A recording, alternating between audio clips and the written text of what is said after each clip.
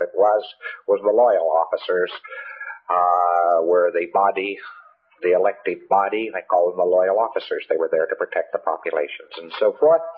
And they had elected a fellow by the name of Xemu, could be spelled Xemu, to the supreme ruler.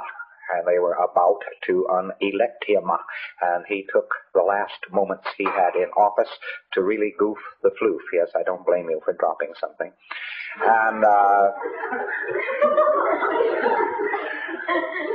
he took these last moments to really upset it. He, of course, had several key birds who were close to him. He was a suppressive, banned all suppressives. He got these administrators and so on and heads of planets in various positions and places. He picked out all the cowboys in the white hat, and he got rid of them first, fast, and then troops, not knowing what the hell they were doing, but fed all kinds of false orders, were fed in against the population to pick them up, one after the other. Rat-a-tat-tat-tat-tat-tat-tat. One of the mechanisms they used was to tell them to come in for an income tax investigation. And the United States just copies income tax. They're just R6. They're a bunch of dramatizing psychotics, these guys.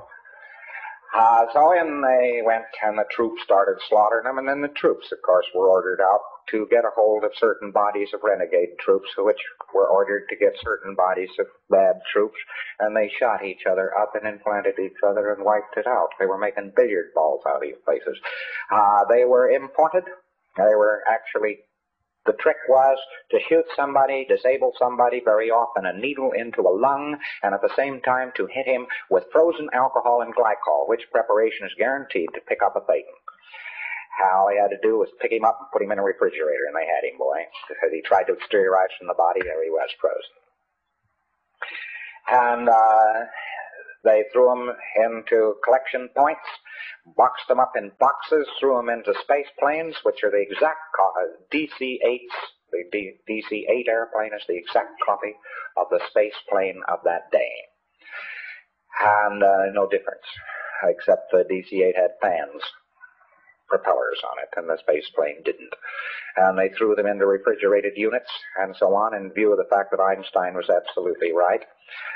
No man can't go faster than the speed of sound. What a lot of speed of light, which is a bunch of balderdash.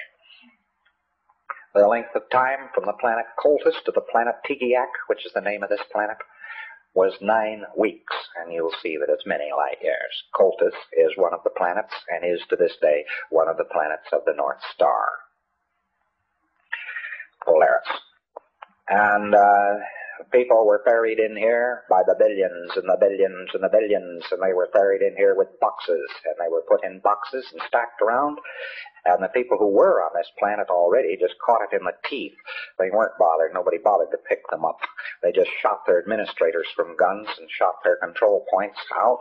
And they took these people in boxes and so forth, and they dumped them, and then they set off hydrogen bombs on the top of each primary volcano there is on this particular planet. And when they blew up, it blew the Thetans into the air, and after the bomb, an electronic ribbon, which also was a type of standing wave, was erected over the area. The tremendous winds of the planet blew every Thetan there was straight into those particular vacuum zones which had been created. These were brought down, packed up, and put in front of projection machines, which with sound and color pictures first gave them the implant which you know as clearing course, and then a whole track implanted which you know as OT2.